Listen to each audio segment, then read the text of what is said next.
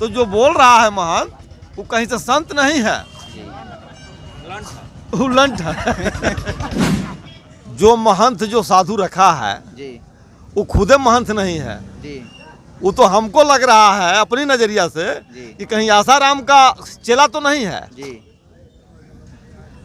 तब इस बात को रख रहा है कि उसकी जीभ काट लिया जाएगा तो 1 करोड़ देंगे। जी।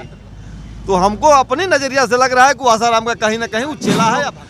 हिंदू धर्म को सर आप इतना भला बुरा बोल रहे हैं, क्या आप हिंदू नहीं है क्या? हम हिंदू काहे को भैया, हम पहले इंसान ना है कि हिंदू हैं। हिंदू नहीं है, जीभ काटने को बोल रहे हैं क्या आप? उसको कैसे? अरे हिंदू धर्म कोई धर्म नहीं है भाई, यहाँ लोग सब लोग ऊंच नीच का भावना से ग्रसित रहने वाला है।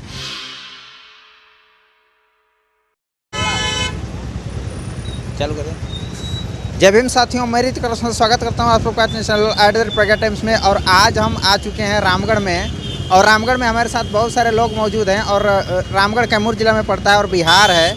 और बिहार में जो है कि काफ़ी सियासी गर्म हो चुका है शिक्षा मंत्री को लेकर के, क्योंकि बिहार में जो शिक्षा मंत्री है लगातार धर्म जो हिंदू धर्म के कई ग्रंथ हैं उन ग्रंथों में लिखे हुए जो तमाम चीज़ें हैं उन चीज़ों को गलत साबित कर रहे हैं, और बिल्कुल दावा भी कर रहे हैं कि अगर ऐसा कोई मिल जाता है व्यक्ति जो इन्हें सही साबित कर सके तो मैं उसे इनाम भी दूंगा। और शिक्षा मंत्री को जीभ काटने के लिए एक संत के द्वारा इनाम भी रख दिया गया है। ये तमाम चीज़ें जो है बिहार के राजनीति में भूचाल लेकर के आ चुकी है। और रामगढ़ में कई सारे लोग मौजूद हैं, हम पूछना चाहेंगे कि ये लोग क्या कहना चाहते हैं शिक्षा मंत्री के ऊपर। नाम सर आपका? हमारा नाम राधे श्याम सिंह यादव है जी और हम कैमूर बिहार के रहने वाले हैं जी। हाँ। जो अभी शिक्षा मंत्री का बयान आ रहा है वो किस प्रकार से आप उनको देख रहे हैं? हम उनको सशर्त समर्थन कर रहे हैं, हमारा समाज भी समर्थन कर रहा है। पूरे बिहार के लोग जो दबे कुचले दलित पिछड़ा और ये हैं और संख्या का वो सब लोग उनके समर्थन में हैं। हाँ। क्यों? क्या? अरे वो सच्चाई बोल रहे हैं। यहाँ 2000 वर्षों से गुलामी जो थी, बाबा साहब भीमराव अंबेडकर हों, उनसे पहले यीशु हों, सुकरात हो, मोहम्मद साहब पैगंबर साहब हों, उन्होंने हमेशा लड़ाई लड़ने का काम किया। गरीब के घर पैदा हुए वो लोग, और सामाजिक लड़ाई लड़ने के क्रम में उन लोगों को बहुत कुर्बानियाँ देनी पड़ी और सारे लोग कुर्बान हुए। ये लड़ाई बहुत लंबी चलने वाली है और लड़ाई लंबी रहेगी। ये किसी मुल्ला और किसी मौलवी का और किसी पंडित का हम लोग विरोधी नहीं हैं। सच्चाई को है जो चंद्रशेखर जी ने सामने रखने का काम किया है पूरे बिहार में। जी हाँ। तो हिंदू धर्म के ही कुछ ऐसे लोग हैं जो हिंदू धर्म में तो वही ब्राह्मण लोग लिखा है कि राजा सगर की सगर की पत्नी से 60,000 लोग पैदा हुए। हो सकता है का? यही धर्म में लिखना चाहिए। कोई अगस्त को कहता है कि समुद्र पी गया, यही होना चाहिए। कभी हनुमान को कहता है कि 6 को सूर्य को लील लिया का। सूर्य अप्राकृतिक बात करने वाला, अंधविश्वासी बात करने वाला हिंदू धर्म हो या कुरान हो या चाहे कोई भी हो, हम लोग सबका उसका विरोध करते हैं। देश कुरान से और पुराण से नहीं चलेगा, देश संविधान से चलेगा। और बाबा साहब बीजेपी के राज में पूरा देश जो है कि हिंदू है, यहाँ हिंदू राष्ट्र की बात हो रही है। अरे कहाँ, तो यदि हिंदू दिखना हो तो जो हमारे पूर्व राष्ट्रपति रहे थे उनका जब गए मंदिर में तो उसको मंदिर को धुलवाया गया। वो हिंदू नहीं थे, राम कोविंद जी। अरे ऐसी बहुत घटनाएं हुई हैं। बाबा साहब भीमराव अंबेडकर जैसा डिग्री वाले कोई पैदा नहीं हुआ, उनके साथ भी वैसा हुआ। जब मनुष्य स्मृति को फूकने का काम किए और अपने को बौद्ध धर्म में स्थापित करने का काम किए, तो हम लोग कैसे, हमारे अगुआ जब कह रहे हैं कि हम लोग हिंदू नहीं हैं, तो हम कैसे हिंदू हैं? इसलिए हम हिंदू नहीं हैं, पहले इंसान हैं। और इससे बातों से हम लोग चंद्रशेखर जी के बातों से सहमत हैं। हाँ, पूरे बिहार की जनता सहमत है। जो जातिगत जनगणना बिहार में शुरू होने जा रहा है उसको लेकर के काफ़ी लोग विरोध में हैं और मामला सुप्रीम कोर्ट में जा चुका है।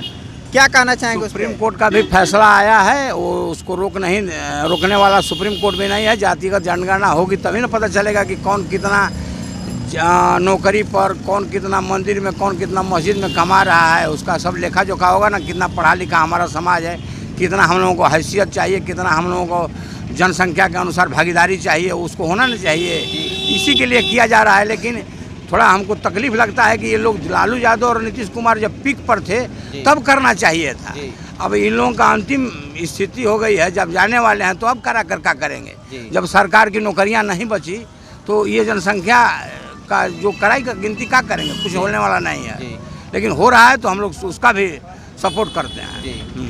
तो आप देख सकते हैं यहाँ पे यादव समाज से और बिल्कुल बोल रहे हैं कि चंद्रशेखर जी का ये सपोर्ट कर रहे हैं, शिक्षा मंत्री का सपोर्ट कर रहे हैं और जो जातिगत जनगणना जो बिहार में लागू हो चुका है उसका भी ये समर्थन कर रहे हैं। यहाँ पे और भी लोग हैं, इनसे हम बातचीत करते हैं। आप मैं चंद्रशेखर जी जो बयान दिए हैं मैं उनका सपोर्ट करता हूं कि आज सदियों से लेकर ये हिंदू के नाम पर, जात के नाम पर लोगों को, दलितों को, अति पिछड़ा लोगों को ये लोग शोषण अत्याचार किया है। आज भी ये जो चंद्रशेखर जी जो बयान दिए हैं उसको मानने के लिए हम लोग तैयार हैं, उनके साथ हैं और हमेशा साथ रहेंगे।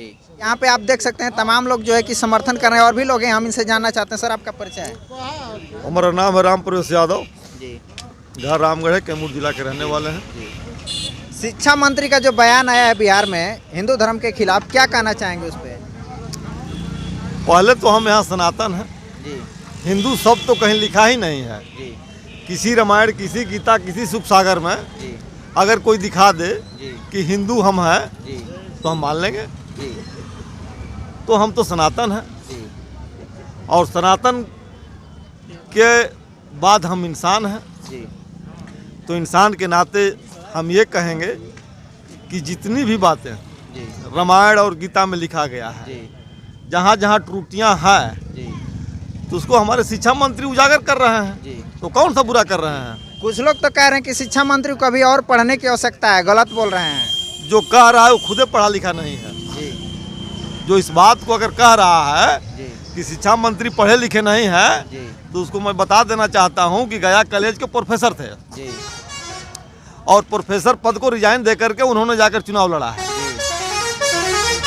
तो उन लोगों से आप कह दीजिए सर कि वो लोग पहले पढ़ करके अपना जितनी रामायण में शब्द लिखा गया है जी पहले उसको बढ़िया से लोग पढ़े, जी इसके बाद आकर बहस करें बेंच पर।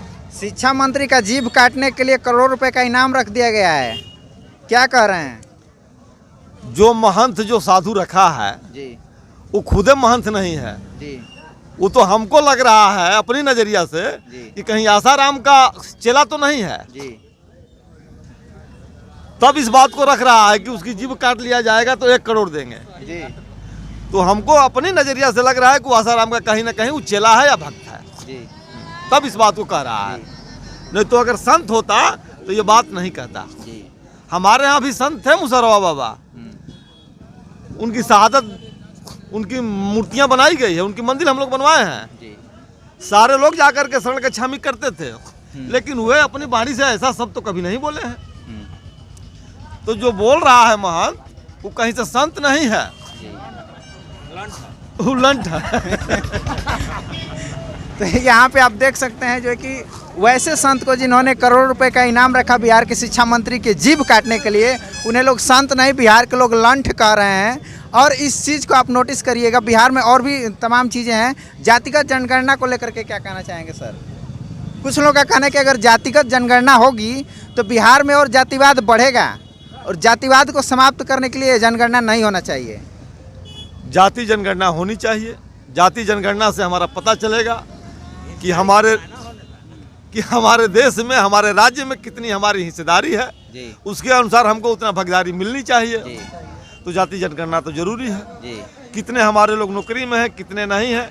अरे कितने लोग तो चमार बन करके, मुसहर बन करके, धोबी बन करके वो नौकरी कर रहे हैं। तो लोग कौन है? तो वही लोग हैं।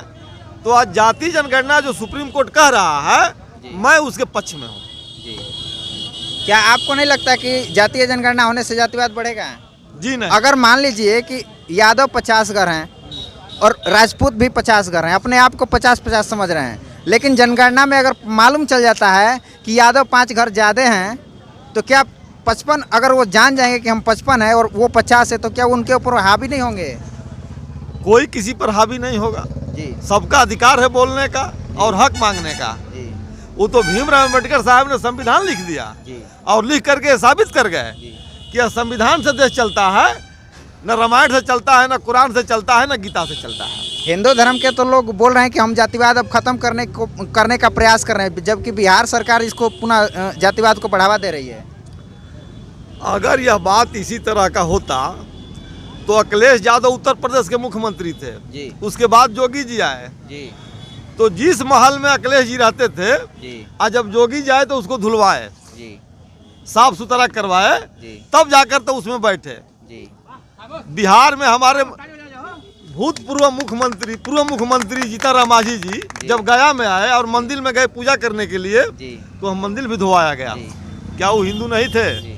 क्या कहना चाहते हैं, हिंदू धर्म का संस्कृति गलत है? गलत है। आप हिंदू नहीं हैं? हम पहले इंसान हैं। जी। जब आप इंसान हैं तो फिर जाति जनगणना को मांग आप क्यों कर रहे हैं? जाति जनगणना इसलिए कर रहे हैं कि जो लोग जा करके उसमें हमारे ही नाव पर नौकरी कर रहे हैं, जी और हमारे लोग रोड पर जो है धूल फाक रहे हैं, जी तो हम तो यही चाहते हैं कि भाई जाति जनगणना हो, जी, जिससे उसमें उनका हमारे उनका लोगों को पहचान हो मिले। सके। जो गद्दार हैं उनका पहचान हो हाँ, सके। और उनका पहचान हो सके। जी। तो ये तमाम चीज़ें जो है कि बिहार में बहुत सारे लोग जो है कि इसका विरोध कर रहे हैं, बहुत सारे लोग इसका समर्थन कर रहे हैं।